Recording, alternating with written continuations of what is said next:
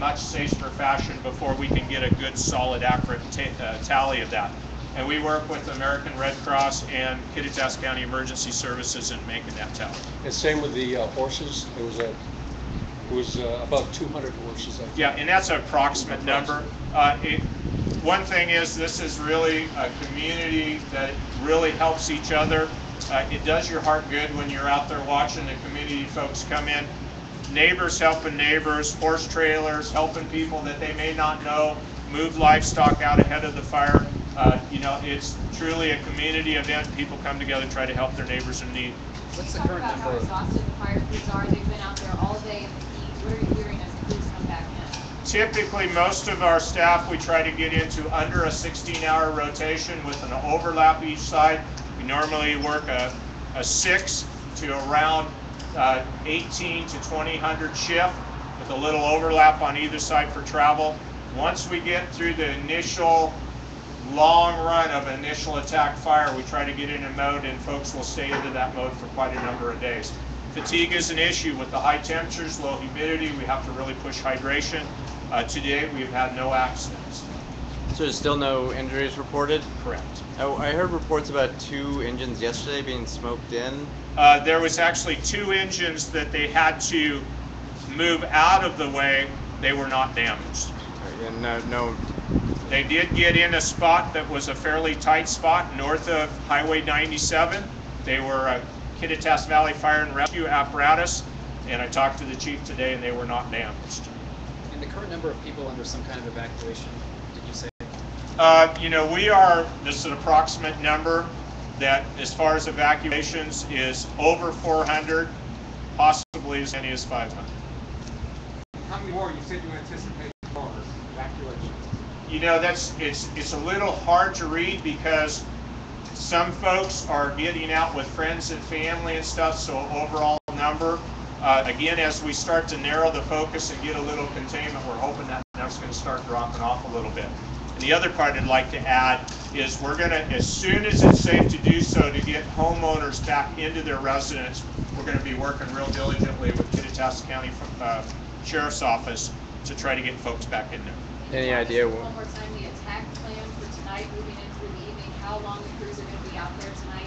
Well, we're actually, day shift and night shift are in a rotation transitional mode right now. What they do is our leadership gets out there on the ground, transitions with the folks that have been working it today, basically make sure that the intelligence that they have is real and understand. You know, the mission today is number 1, protect life and property. That's number 1, and then focus on perimeter control. Through the day today, we had 12 dozers working the fire line. So we had leadership out there trying to work on containment lines. We will continue some of that operation today. And also, but again, the key part is to focus those same areas that we had trouble today, we expect to be problematic tonight. Based on what you know, how long do you think the investigation will take to cycle out? You know, I'm not an investigator, so I hate to speculate on this. Usually these things take a few days to sort out. Again, the fact that they know where it started from, it was definitely the construction site. I've talked to the investigator today. They anticipate having a little additional information in the next few days. What's your advice for folks? I know a lot of the recreation areas are still open in the parks. What is your advice for people headed out there, even into the weekend, with some of the heat and the lighting conditions? Well, you know, the key part for us right now is we don't need any more fires on the ground. When this fire started yesterday, it was the 3rd fire that we had in about a 90-minute period. So what we really need is folks to be extremely careful. There is campfire bans throughout Kittitas County in place, both on federal and state jurisdiction. We've also got, you know, with a 90% probability of ignition, a mistake like running a vehicle with a catalytic converter out in tall, dry grass can start a fire. We need people to really think about what they're up to help us not have another human-caused fire. Is everyone accounted for in all of these evacuated homes? Have you assessed that yet?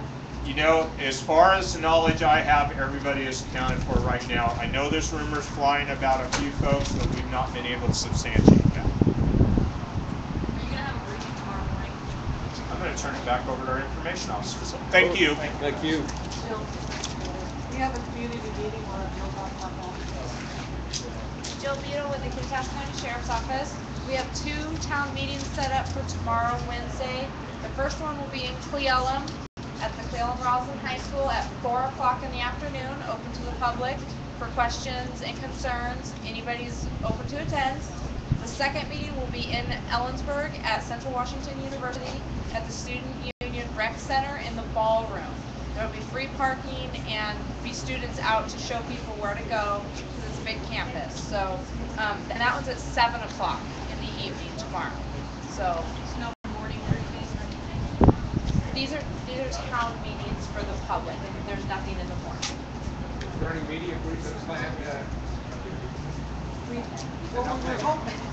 What we were hoping to do is get the media out here at 11 o'clock and basically have information officers go out there and give you some updates out there while you're, but I don't think we have enough vehicles to caravan everybody out there. So we're going to have to share some of this information. Please, if you can team up, have someone else go and share some of this information. We'll try to get 3 vehicles out there and have information officers along with the media. So 11 o'clock here, we'll try to figure out the logistics of this. So maybe I can talk to the incident commander to do a real quick briefing at 11 o'clock and then go out there, but we'll have to just kind of play that by ear. Okay? We have shows at 5, start at 5 a.m. Anybody here for any updates that early in the morning? It's not progress overnight. No. After a 6 o'clock briefing, that's the first time we're going to get that information. Okay. What we hope to do as well is we've got the media list to actually do phone calls at 7 o'clock in the morning, updating your news desks, making sure we update the radios, providing that information. And then we're trying to get a media update or news release out to you. Depends on what's going on with fire, but hopefully twice a day tomorrow. So for tomorrow, 11 o'clock, we would normally